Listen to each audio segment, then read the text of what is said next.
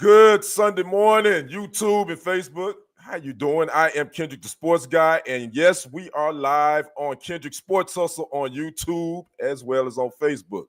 We're gonna start doing my live sports show on Sundays from Kendrick Sports Hustle again on YouTube as well as on Facebook and on my personal Facebook page as well. I hope everyone is having a great Sunday. It is what is it?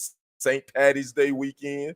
You're gonna be wearing your green and all that good stuff. I ain't really getting all out into that. I'm chilling today. But if you are, you guys be safe out there.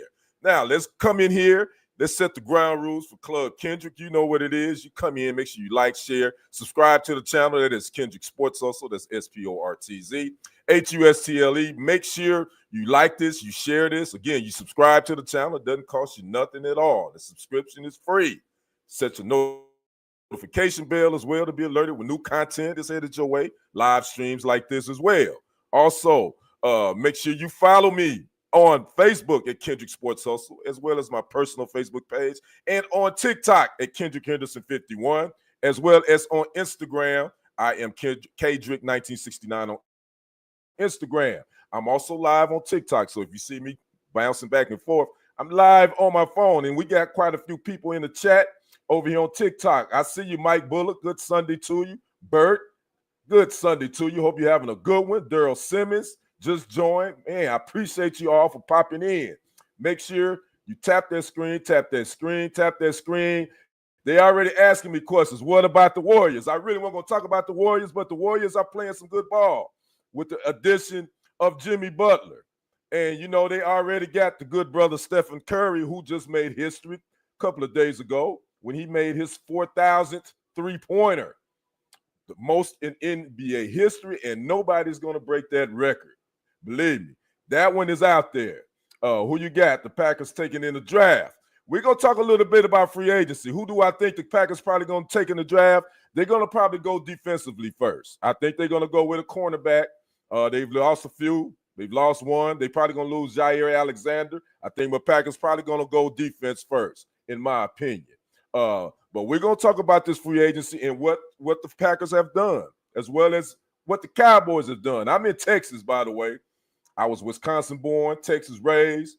So I got to talk about them boys up there, them Dallas Cowboys. Got to talk about them and what they're doing, as well as a little bit about the Texans. I'm closer to DFW.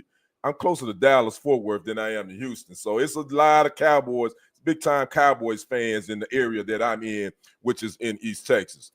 So we're going to talk about that. But again, right here, I got to make sure I got to talk to my Wi-Fi connection too, because my Wi-Fi be tripping. So I'm telling my Wi-Fi right now, all right, you come in here, you sit down, mind your business, don't touch nothing, Wi-Fi. You hear me? All right, I had to get that out the way with my Wi-Fi. We got a love-hate relationship. So let's go ahead and jump right into this thing. Let's go ahead and talk about the recap of NFL Free Agency 2025.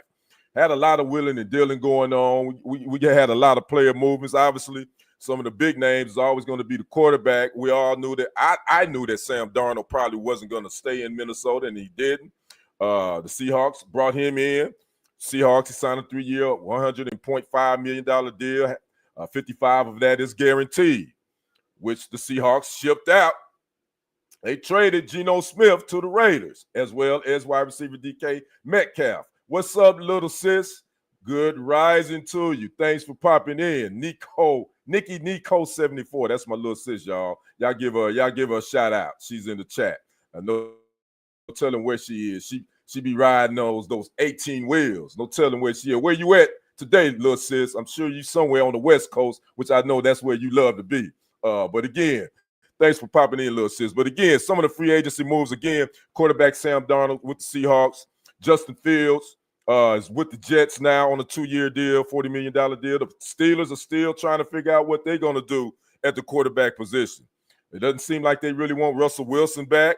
What I've been reading that they really want, they're going after Aaron Rodgers. Now, let me be the first to admit, as you can see in my background on TikTok, I'm a Packers guy. But I can honestly say this with a straight face. I was glad Aaron Rodgers finally got the hell up out of Green Bay, because the last 2 years of Aaron Rodgers was like watching a reality show. Didn't know if he wanted to. You wanted to be there, or basically like a dysfunctional relationship. You kind of was still in love with him, but you didn't. You really wasn't. You think you wanted to leave, then you kind of wanted to stay. I was just glad he was gone. Again, I wasn't wishing nothing bad upon the guy. Didn't unfortunately he got take that Achilles injury, but I just knew this Jets thing probably wasn't going to work out, and it didn't. So they released him the first time in his career. He's a free agent. That is Aaron Rodgers. So the word is that the Giants and the Steelers are courting him. Now, according to reports I've read, the Steelers are really waiting on him to make a decision. So we'll see what happens with that. Speaking of quarterbacks in the New York area, we got to talk about, Josh Allen signing that big extension, $250 million of that guaranteed. I think it's $303 million total. That's the most in NFL history. And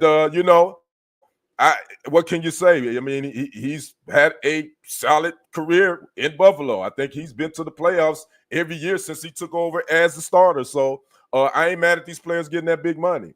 Now, will they upgrade the receiver core? They need some receivers. They need to upgrade that a little bit as far as Buffalo. But they're going to run that AFC East. I don't think there's going to be any issues at all with them running the AFC East. Zachy says, are the Patriots a wide receiver away from the playoffs? I think they more than a wide receiver away, but they got a lot of money to spend. I think Drake May, I think he's going to be all right. They got to get, again, like you say, they got to get him some, get him some weapons, but I think he'll be all right. Josh McDaniels is back as OC. But yeah, and they got a lot of money to spend too, by the way, if you didn't know. And they've spent a lot of money, the Patriots is. Matter of fact, they are third in the league when it comes to their salary cap, with their adjusted salary cap, because teams can carry over money from the previous cap. they can carry money over from the previous cap to this New Year's cap, which I think is $279.2 million. So they can bring money over. So they got a substantial amount of money to play with. They can sign guys. Now the wide receivers out there, as far as free agent, I mean, who you looking at? Stephon Diggs, he's coming off an injury. Amari Cooper, didn't do much in Buffalo. I don't think there's no wide receivers out there, as far as NFL wise, that's gonna upgrade your core. You're probably gonna have to go through the draft, and I think that wide receiver out of Arizona, that big 6'5" kid, a lot of people are projecting him to be the first wide receiver taken. So a wide receiver away, they probably more than a wide receiver away, in my opinion. But hey, it is what it is. We'll see what happens, what they do. Speaking of wide receivers, Chris Godwin, he stayed in Tampa Bay. He stayed with them. Devontae Adams, he signed with the LA Rams after being released by the Jets. And the Rams might, with them and that Nakua, I can't never say his name correctly. He and Pakua, they sound like they might be the next a good 1-2 tandem down for Matthew Stafford, who, by the way, signed an extension to stay with the Rams. I still think T. Higgins and Jamar Chase are probably, when you talk about 1-2 tandems, they probably the best tandems in the NFL right now. But they got to work on getting them signed. T. Higgins has already been franchise tagged by the Bengals, and the Bengals are working on a long-term deal for Jamar Chase, which, by the way, Jamar Chase is probably going to be the highest paid wide receiver. He's probably going to be looking at right at $40 million a year when they get it done. And I was reading where the Bengals said that they close. So we'll see what happens with that. Hollywood Brown stayed with the Chiefs on a 1-year deal. Defensive end Khalil Mack re-signed with the Chargers after being released by the Chargers on a 1-year, $8 million deal. Defensive end Hassan Reddick, he signed with the Bucks, 1 year, $14 million deal. Josh Sweat, defensive end, he signed with the Cardinals on a 4-year, $76.4 million deal. Darius Slay, cornerback, signed with the Steelers. DJ Reed, cornerback, signed with the Lions. And Jordan Lewis, former Cowboys cornerback, he signed a 3-year, $30 million deal with the Jacksonville Jaguars. And we're going to talk about a little bit of this Cowboys issue, too, here in a second, between the now former Cowboys, DeMarcus Lawrence, who signed with the Seattle Seahawks, and his former teammate, Micah Parsons. Michael Parsons had some words for him after he left because of a video that DeMarcus Lawrence made talking about that the Cowboys would never win. He would never win a Super Bowl there if he stayed. Well, Michael Parsons took exception to that comment on X, formerly known as Twitter, and he said, and I quote, "This what rejection and envy look like. This some clown-ish." Now, that was what Michael Parsons' response to what DeMarcus Lawrence said in that video about probably not ever winning a Super Bowl in Dallas. DeMarcus Lawrence would respond to that comment, calling me a clown won't change what I told when I told the truth. He says, maybe if you spent less time tweeting and more time winning, I wouldn't have left. Now, that was DeMarcus Lawrence's response to Michael Parsons. My thoughts on it? All this bickering back and forth on Twitter. These guys, I wish these guys would stop it. But I will have to agree with DeMarcus Lawrence, though. I think Michael Parsons do a little bit too much tweeting and doing that damn podcast. Everybody and everybody and their mom and their athlete got a podcast. I get it. But a lot of time, I think Michael Parsons, and I think he's a talented player. He's going to be one of the highest paid defensive players after they get his extension, get him going. But I think he talks a little too much. I think he likes to hear himself talk a lot of times. And I think, man, just chill out, man. Just play your game, because there was a lot of games this past season, and I watched a lot of Cowboys games. Obviously, I'm a Packers fan, but I'm in Texas, so I watched their games as well. There was a lot of games where he disappeared. That is Michael Parsons. Obviously, he had some injuries too, but there's a lot of games that he didn't make an impact this past season. So I think sometimes these guys get caught up with these podcasts and want to say something that they think is going to go viral, and they really forget about concentrating on the job that pays them, and it's being a professional football player or basketball player or whatever it is. Again, I ain't hating on nobody having a doggone podcast. I get that. You can control your own narrative. But I think during the season, you need to shut it down. I get it. Social media is the way to go now. You want to respond to fans. You want to interact with fans. Man, sometimes, man, you talk too much. I mean, Malik Hooker called him out during the season too on his podcast. He thought he was doing too much on his podcast. So, again, you can't be mad about DeMarcus Lawrence wanting to get up. And, he wanted to move. He wanted to move around. And he felt what he felt. And I think a lot of people feel like the Cowboys they ways away from winning the Super Bowl. Jeffy says, how do you feel about the NFC North now after free agency so far? I think the NFC North is still, in my opinion, I think the Detroit Lions is probably still the best team in the NFC North. I think the Packers are right there behind them, though. And let's talk about the Packers signings. Obviously, I went and looked and saw some of our signings. Signed left guard Aaron Banks, which was a good signing. 4-year deal. $77 million. Got him from the Niners. We signed cornerback Nate Hobbs. Got him from the Raiders. 4-year deal, $48 million. But we did lose cornerback Corey Ballantyne to the Colts. Lost running back A.J. Dillon to the Eagles. Lost cornerback Eric Stokes to the Raiders. And lost center Josh Myers to the Jets. So I think overall right now, because, again, free agency is going to be going on. It ain't over yet. I feel good about what the Packers have done. I think Edgerrin Cooper now is going to be the guy defensively. He's going to be that guy on the defensive side of the football. I think Josh Jacobs, I think that was one of the best signings we've had in a while. I think he's going to continue. If we continue to run the football, I think we'll be fine. So I think the NFC North, in my opinion, I still say the Lions is probably still the team to beat. But I think the Packers are right there. I think the Vikings going to take a little step back. They ain't winning 14 games again. I can tell you. Thanks for the follow too. They not winning 14 games. So it's going to be interesting to see how J.J. McCarthy, how is he going to be? So I think in the Bears, with their new head coach, who's an offensive coordinator coming from Detroit, I think they've improved a little bit.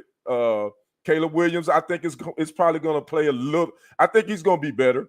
I think he's going to be better. But I think this division is going to be very competitive. Last season, the NFC North, by total of wins and losses, was the best division in football. When you looked at from the total wins and the loss columns, the NFC North was the best division. So I think it's going to be Detroit and Green Bay in my opinion in the NFC North. Let's talk about the NFC East. Again, I'm in Texas. I'm in Tyler, Texas, which is about an hour and a half east of the DF Dub. Let's talk about the Cowboys, their losses. They lost cornerback Jordan Lewis, who I just talked about. He signed with the Jaguars, 3 years, $30 million. Defensive end Chauncey Golston. Lost him to the Giants, 3 years, $19.5 million. They lost tackle Chuma Udoga to the Jaguars, and they lost again defensive end DeMarcus Lawrence to the Seattle Seahawks. Who did they gain? They signed running back Javonte Williams from the Denver Broncos. They just signed another receiver. I think his name is Parrish. He was a former Eagle. They signed him, Paris Campbell. They also signed running back Miles Sanders from the Carolina Panthers. They signed defensive tackle Solomon Thomas from the Jets, guard Robert Jones from the Dolphins. Defensive end Dante Fowler Jr. came back from the Commanders. They signed him.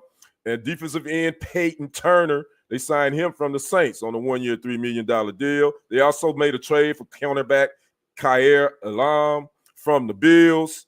And they also signed linebacker Jack Sanborn from the Bears and linebacker Kenneth Murray Jr. They acquired him from the Titans. So those are some of the moves the Cowboys have made. You know, they're a little thin at the linebacker core. Don't think Eric Kendricks is coming back.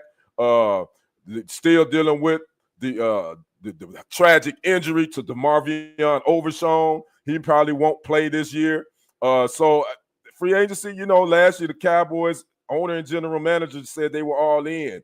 And obviously they weren't because they didn't really do much in free agency. The Cowboys have never really been big players in free agency. They like to build their team through the draft and re-sign their own players. So they've actually had a couple of few signings. They made a few here and there. So what will they be? I still think they're going to be looking up at the Eagles and the Commanders in the NFC East. I still think those are going to still be the two best teams in that division for some time to come.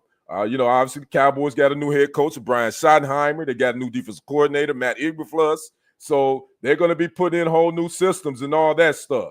But in my mind, I still think the NFC East is still going to be the Philadelphia Eagles, defending Super Bowl champ, and the Washington Commanders with their young guns, with their bringing in Deebo Samuel, also signing that tackle from the Texans, Laramie Tunsil, and Jaden Daniels. You know, will he have a sophomore slump? I don't know. I think they're going to be fine. I think the Commanders are going to be fine too.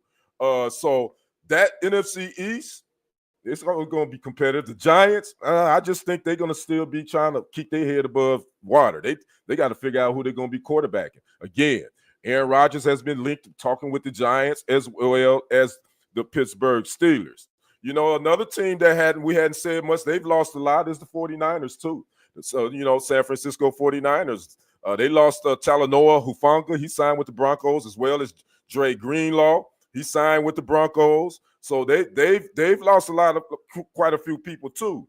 Charvius Ward, they lost him to the Colts. And Elijah Mitchell, I just saw that they running back. He signed to the Chiefs. So the 49ers are looking to try to save a little bit of their money too, because they got to pay Brock Purdy. Now, do I think Brock Purdy is going to get big quarterback money? No, but I think he's going to get a deal that's going to probably eventually pay him about $40 million a year. So they gotta figure out what they're going to do with their salary cap. Again, a lot of these teams got a little bit of money to spend because of the adjusted cap. And then I looked this up on Sports Track. The adjusted cap, the top 5 teams with the most money to deal with it under their cap, which again, this year's salary cap is $279.2 million. Number 1, the Niners. They got $341.1 million in their adjusted cap to sign with. So they got a little bit of money to spend. Number 2 is the Browns, $325.9 million. Number 3 is the Patriots. They got $321.7 million. Number 4 is the Raiders at $314.9 million.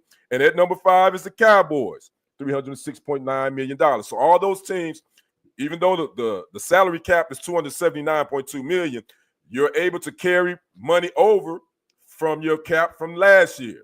Or if you was over your cap, then you lose that money. So you lose a little bit from that. So those 5 teams, they got a little bit of money to spend.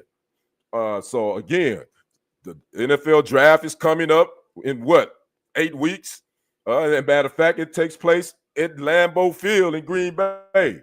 So you got to get ready to figure out who's going to do what your needs are. At number 1, the Tennessee Titans. Will they keep that number 1 slot, or will they look to accumulate draft picks and slide out of that? Because is Will Levis going to be their guy? I've been reading that they may be thinking about taking a quarterback, so they may stay pat. With the Browns, what would they do? I was reading something where they aren't that intrigued with Cam Ward or Shador. Now, again, these are all reports. Everybody that watches, you get on the internet, you get reports from different sources, so you don't know who's really in the know or who's just writing something just because they've put together their own thoughts and feelings on it. So again, we'll see. But again, the top 2 quarterbacks that I've been reading is Cam Ward and Shador. Now, where will they go? Your guess is just as good as mine. But we do know there's a couple of teams that need the Browns, the Titans, the Giants. We definitely know though they need quarterbacks, possibly. So and possibly the Raiders, with the Raiders pick at number 6, where they try to trade up to get Shador. That was always been the rumor that Shador would probably end up with the Las Vegas Raiders because of his relationship with Tom Brady. He's trained with Tom Brady and he's talked with Mark Davis, the owner. So that's always been that rumor out there too. So we'll see if that happens. So again, that's kind of what's been happening again with NFL free agency. So again, don't get it twisted. It ain't over yet. NFL free agency is not over. You're probably going to see some more deals happening here up until mini camps start, which mini camps I believe start in May. The OTAs actually start in May. Then they have the mini camps in June, and then July is when you start all the training camps. So again, that's a little bit of a recap of NFL free agency. Again, keep it locked here for all your sports updates. Now let's talk about what's happening today. Everybody, I know you waiting. You probably already been on your internet trying to print out your brackets. Because guess what? Today is Selection Sunday for the men and women NCAA Tournament 2025. The Selection Sunday happens today. The men's selection show actually is first. It tips off at 5 p.m. Central Standard Time, 6 p.m. Eastern. Then the women's selection show follows that on ESPN at 8 p.m. Eastern, 7 p.m. Central Standard Time. Now, I did read Joe Lunardi. He's already made his projections. That is, he's with ESPN. He's already projected far as the number 1 seeds on the women's side. He has South Carolina, UCLA, USC, and Texas as his projected number 1 seeds for the women. By the way, the women's Final Four, it takes place in Tampa, Florida. That came out of nowhere. I was like, Tampa, Florida. That's an interesting location, but the women's Final Four will be going down in Tampa, Florida. Now, his Joe Lunardi projections for the number 1 seeds for the men's side, he has Auburn, who lost in the SEC, semifinals, but he has them still as a top overall number 1 seed. He has Florida as a number 1 seed. He has Duke as a number 1 seed, even though Cooper Flagg missed the last 2 games of the ACC tournament due to that severely sprained right ankle. I did read today that he will be available for the tournament. He has Duke as a number 1 seed, and he has the Houston Cougars as a number 1 seed, who won the Big 12 championship on last night. Now, his first 4 out, this is Joe Lunardi's first 4 out. He has Boise State, North Carolina, Texas, and Ohio State not making the field of 68. That is Joe Lunardi's projection. Now, his last 4 in, he has Vanderbilt, San Diego State, Xavier, and Indiana. So those are his projections right now. That is Joe Lunardi for for ESPN, college basketball. He has that. Again, those shows will tip off today. The men's selection show at 7 p.m. Eastern Standard Times, 6 p.m. Central. I'm sorry, 6 p.m. Eastern, 5 p.m. Central. The women's, 8 p.m. Eastern, 7 p.m. Central Standard Time. Now, I'm a Tar Heels fan, and I'll be quite honest with you. I thought that they needed, for them to even get into the NCAA tournament, they needed to win the ACC conference title tournament, and they didn't. Obviously, they got manhandled by Duke. They made it respectable in the second half, but they got lost. But that's been typical of the Tar Heel season all year. They just hadn't played. They've been up and down all year.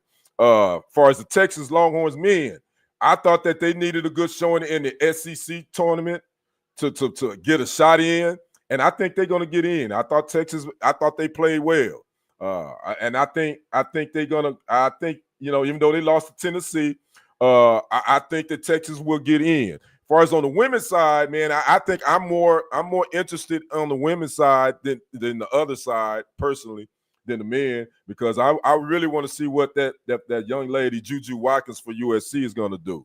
Obviously, I want to see if South Carolina can they repeat with head coach Don Staley. But I really like Juju Watkins, who, by the way, broke, I think, Caitlin Clark's record for the most scoring points at the NCAA level in their first 2 seasons. So I'm really high on Juju Watkins. I think her upside is the sky's the limit. I think she is going to be that. She's going to be that woman. She's going to be that star at the next level. So I'm really interested to see. I'm interested to see what Notre Dame and UConn going to do too, because both those teams have played well. UConn, the women's side, they went into South Carolina and thumped them a couple of weeks ago. I watched that game. What's up, Jay? What's happening?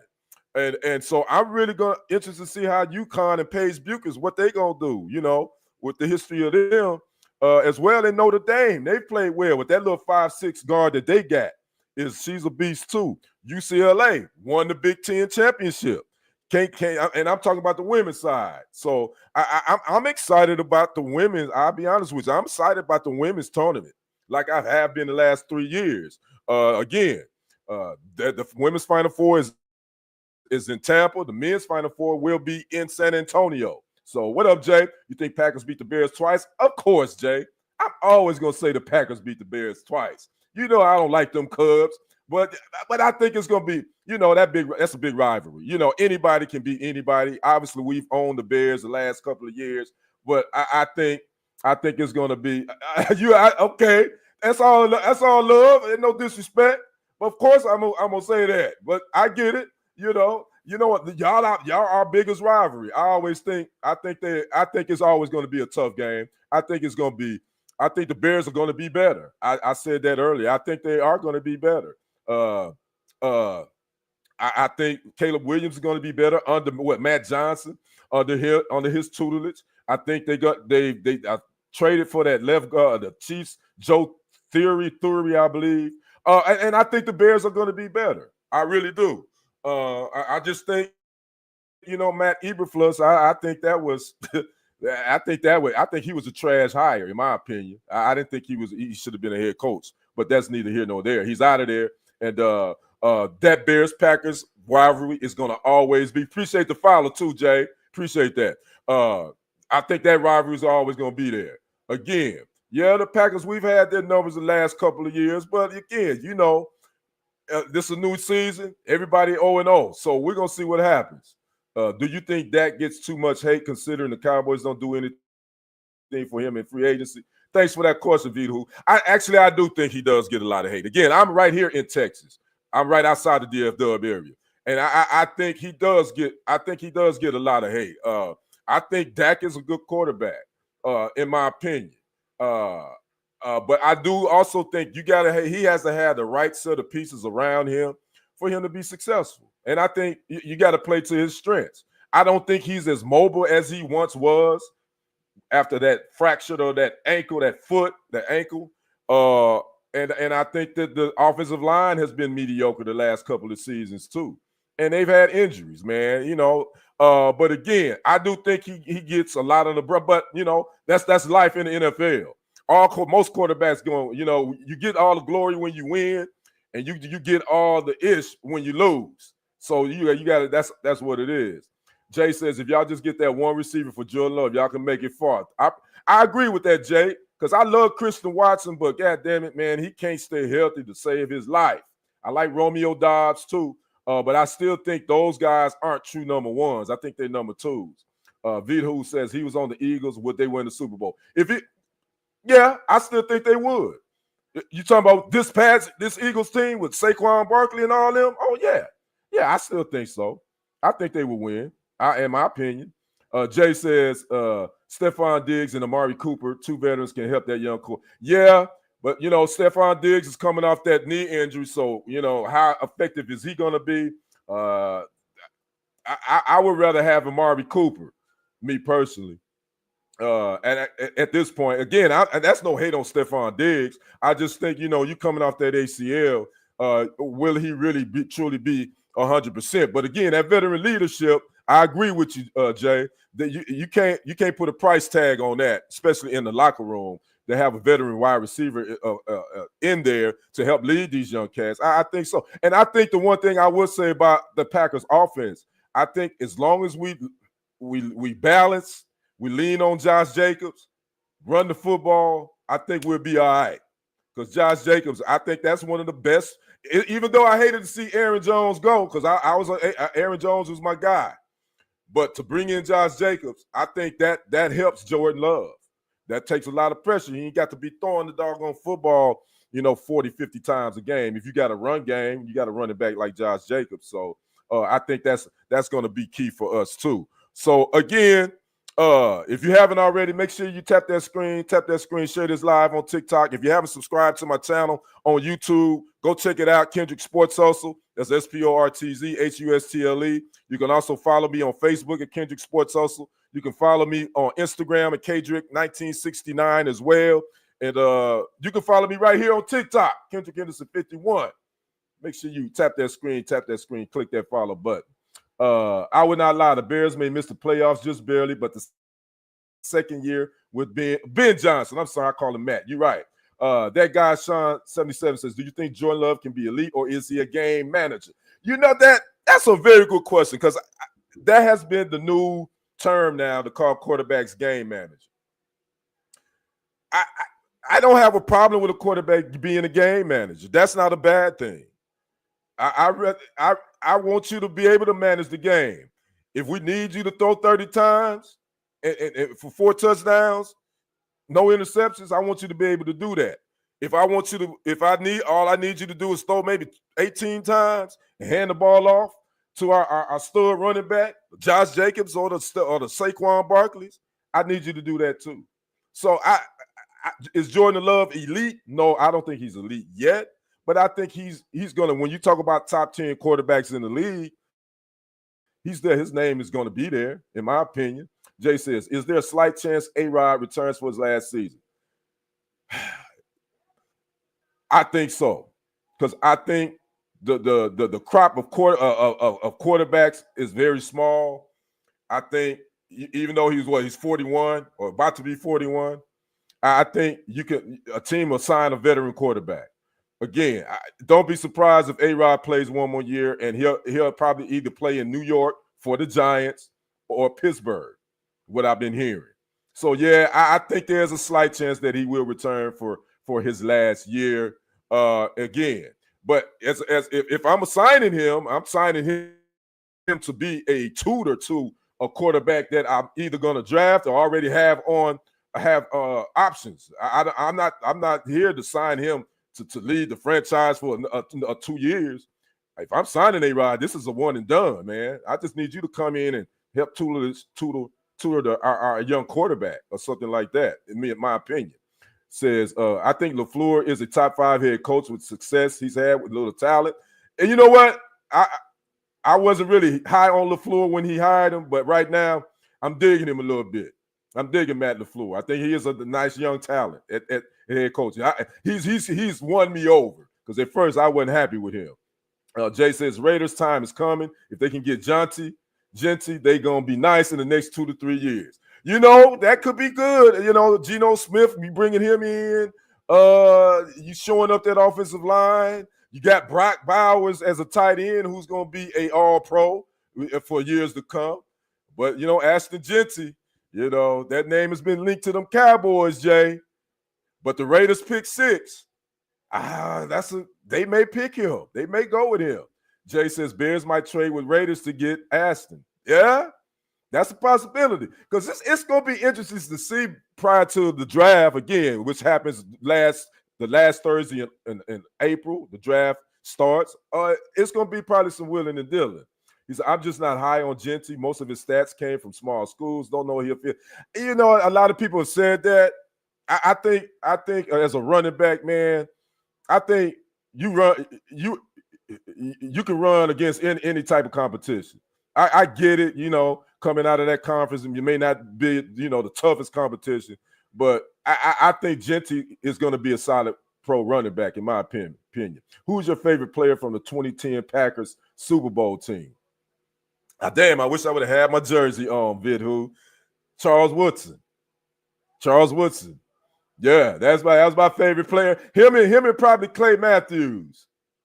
My favorite from that team. And by the way, Vidhu, check this out. I used to work in sport. I used to work at a television news station in Tyler, Texas, KLTV. I was a news videographer / sports videographer, and that Super Bowl was at AT&T in Arlington, Texas. I actually got to cover that Super Bowl. I was there. The Green Bay Packers, Pittsburgh Steelers. I was there, but I wasn't allowed to shoot on the field because obviously the networks were not out there. But I was in the media workroom. We was able to get post-game interviews and all that stuff, post-game, pre-game stuff. But I was actually at that Super Bowl, and I wore. No, I didn't. I started to wear my Charles Woodson jersey, but I didn't. So yeah, that's pretty good. I'm just not high on. Okay. Vidhu says, who's your so that's my story about the Packers Super Bowl team. I was able to watch that Super Bowl at AT&T Stadium. I was working as a media member, but I was there. Vidhu says BJ Raji was so underrated back then. I think a lot of people forgot about BJ Raji. I liked him too. But yeah, Charles Woodson was definitely my favorite off of that team, along with Clay Matthews as well. So again, there you have it. Well, all right, guys, I'm getting ready to get off of here. You can catch me here every Sunday morning at 11 a.m. Central Standard Time, noon Eastern, 9 West Pacific Coast Time. We're just talking sports, going over some of the hottest takes, some of the hottest things that's happened in this past week. So again, if you haven't followed me on TikTok, make sure you follow me there. Make sure you go check out some of the other stories and segments I've done. Also, if you're on YouTube, make sure you subscribe to my YouTube channel, Kendrick Sports Hustle. That's SporTZ HUSTLE, as well as TFG Sports Media on YouTube. Make sure you follow them both on Facebook. So again, Jay, want to thank you for popping in and chatting with me. Vidhu, appreciate you chatting with me, guys. Man, y'all make sure y'all set y'all notifications. Again, I'm live here every Sunday morning at 11 a.m. And again, don't forget the NCAA selection show. It goes down today, men and women. The men's is first, 5 p.m. Central, 6 p.m. Eastern on ESPN. The women's is after that, 8 p.m. Eastern, 7 p.m. Central Standard Time. So again, you all enjoy the rest of your Sunday. I hope you have a great week. Happy St. Patty's Day to you and all that. That guy, Sean, said, how would you feel if A-Rod became a Viking? I wouldn't feel no type of way. Hell, God damn it, Brett Favre did it, and I didn't care then. I wouldn't care if he did that. So be it. The Vikings could have him. Oh, well, there you have it. So, again, you guys, much love to all you guys. Y'all have a good one. We will see you here next Sunday, 11 a.m. I am Kendrick, the sports guy. I am out. Peace. All right, guys, that's a wrap here. TFG. I said TFG Sports Media. I'm used to that, but I am TFG Sports Media as well. But make sure, if you haven't already, subscribe to my Kendrick Sports Hustle YouTube channel. That's SporTZ HUSTLE. Make sure you like, comment, share, subscribe, all that good stuff. Make sure you like and follow it on Facebook as well as TFG Sports Media. Make sure you follow me on TikTok, Kendrick Henderson 51. You can also follow me on Instagram, Kendrick1969, and you can also subscribe and follow me right here on my Facebook personal page, Kendrick Roland Henderson. So again, I am Kendrick the Sports Guy. We will see you here next Sunday morning at 11 a.m. Central Standard Time. You all have a great rest of your week, and you have a great St. Patty's Day if you decide to celebrate. I am out. Peace.